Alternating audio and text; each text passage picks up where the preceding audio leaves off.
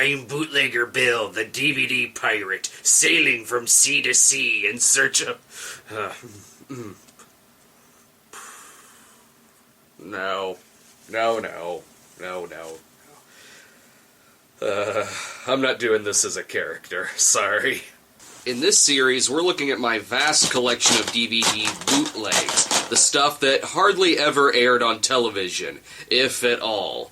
These are the DVDs too weird to be categorized into any of my other series. So hey, I'm giving them their own spotlight. And today, we start with Too Smart for Strangers, starring Winnie the Pooh. Hey kids, do you have that unfortunate problem of, well, getting kidnapped? That's unfortunate, because you should have paid attention to what these 40-year-old men in animal costumes had to say. Too Smart for Strangers is a 1985 TV special by the Disney Channel, featuring our favorite Ashdown Forest creatures singing, dancing, and talking about potential rapists. Too smart for strangers, that's me, Winnie the Pooh. Of course, for Winnie the Pooh, it's easy to avoid strangers when you already know everyone in the woods. Oh, I remember the days when parents used to let furries warn us about strangers. I might take this guy more seriously if he were in a good Winnie the Pooh costume, but Jesus, sometimes making your suit blink isn't a good thing. He meets up with Piglet so the two of them can talk strangers. A stranger is something a piglet is not. Hear that, kids? As long as the stranger is dressed like a piglet, it's okay. There are good strangers and bad strangers. And some strangers, the bad ones, want to hurt kids. And bears. Oh no! Country bear hole has been crushed! Honestly, if a stranger were to fuck with a bear, that'd probably be the last time you heard from that stranger anyway. Personally, I'm having trouble listening to their message due to the explicit beaver on screen. Both of them continue their conversation about strangers indoors so they can talk over a pot of honey, not like there wasn't an endless source of that already outside. I like how honey is to the Pooh series what coffee is to the Coleman Francis movies. Okay, you've got my attention. What do I do if I'm approached by a stranger? Number 1. Say no to strangers. Yeah, but what if the question is, do you not want me to kidnap you? Don't take their word for it, though. Listen to the guy who walks around with the sound effect of a cartoon erection. Tigger and Olivia from The Cosby Show are also having a deep discussion about strangers. It's quite a coincidence. Every animal in this forest is talking about the very same weird topic. You should avoid unsafe places. What are they? Places where there are no other people around. Look! There are alleys, construction sites. But if there's no people around, there's also no strangers. We start getting examples from the real world of kids bumping into strangers. Karen knows she stayed too late, and she doesn't want to get in trouble. So, she decides to take a shortcut. What's worse, walking into an alley or a guy in a tiger costume secretly watching your every move? Hey kid, come here. No! Oh, come on, he was just wondering if he was pulling off his new mustache look. Well, okay, what's the next thing she should do? Well, what do you know? Karen told her dad all about what happened. You should still be worried. That's not really her father. But that example wasn't enough, so here's another. Well, well, aren't you pretty little girls? What are your names? Okie dokie. Now, what would you do? Tell him he was great in The Stepfather? No, Peru! Okay, unhinged cokehead tiger, what should I do? Then scream and kick and bite, fight with all your might, and try to get away.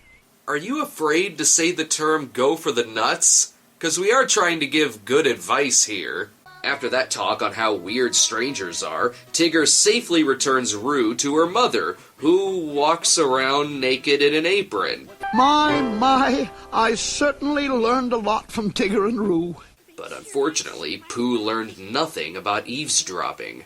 Honestly, a bear and a pig aren't enough to keep me from strangers. I need an asexual rabbit who does magic tricks. Watch our friend Timmy and see if you can find the trick. Hey kid, come here a second. I seem to have lost my dog somewhere around here, and I was wondering if you might help me try to find him. No, sorry, I can't do that. Or you could tell him that you haven't seen his dog, and then run away, you rude ginger little shit. Anyway, a couple of kids get approached by a roaming John Cusack, and another almost falls for the whole I'm a friend of your mother trick. But the smartest person in the woods is always the owl, so let's see what he says. Oh, never mind. He appears to be suffering a stomachache from eating too many Tootsie Pops. Owl's job here is to tell the kids what they should do if they're left home alone.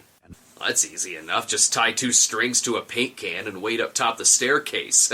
Wow, that was an easy joke.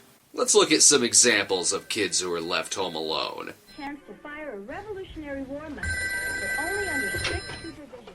Well? Have you checked the children? What would you have done? Well, I know what I would have done. Not leave my 5-year-old kid home alone.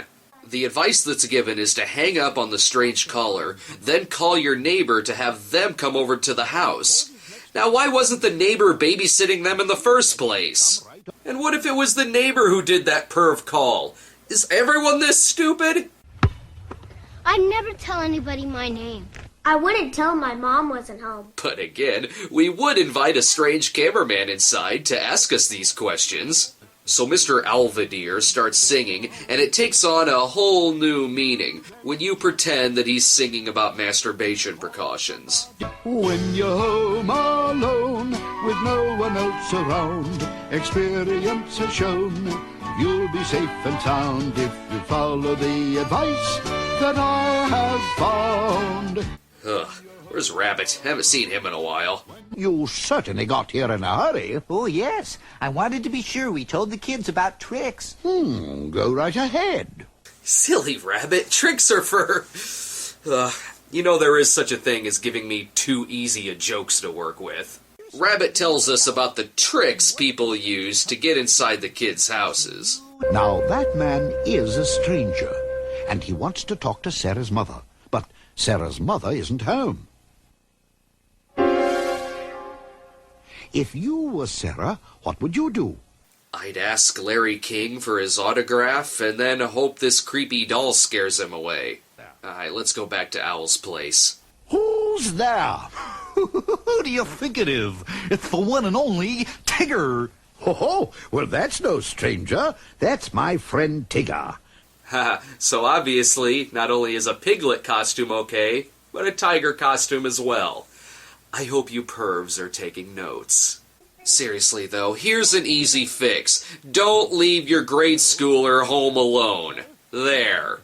Oh Lord, what else are we going to talk about? Weird people in the park? Strange behavior at the drive-in? I think we should tell our friends that danger doesn't always come from strangers. It can be from someone you know.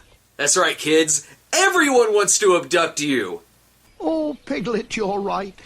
People you see every day might want to touch you. Yeah, and... Wait, what? Well, there are certain private places on your body that nobody is supposed to touch except you. Sometimes your parents might touch them if they're dressing you or bathing you, or the doctor has to touch them when he's examining you.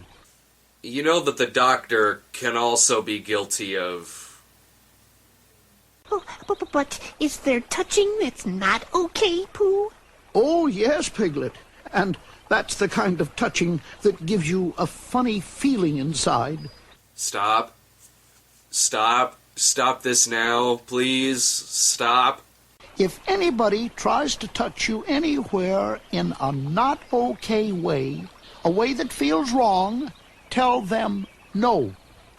Yeah, most rapists tend to listen to the word no. Jesus Christ, kids, kick them in the balls and run. I'm not very good at saying no. Could you show me how? Here's how. Wait, what? Oh no. Say no, stop that, it's not okay with me. No, don't do that, I have the right, you see. My body is my very own, that's how it's got to be. I've learned this is the time to say it's not okay with me. No, stop that, it's really not okay. No, don't do that, take your hands away. I know I'm not at all to blame, I've done nothing bad. And now I'm going right away to tell my mom and dad.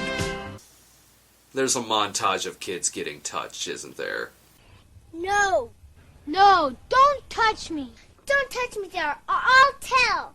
If you touch me again, I'll tell my dad. No, stop touching me. Don't touch me. Yes, tell them no, and don't run, but slowly walk away. Don't buy into Pooh and Piglet's advice, just take Rabbit's word for it. Always tell your parents or someone you trust when someone tries to touch your private parts. Thank you, Magic Rabbit, who dresses like Jack the Ripper. So that's the end of Pooh and Friends warning us about stranger danger and abduction. Notice how Christopher Robin is absent from this special. Just saying, he's probably been kidnapped. And way to go out on a molestation topic, for the love of Christ.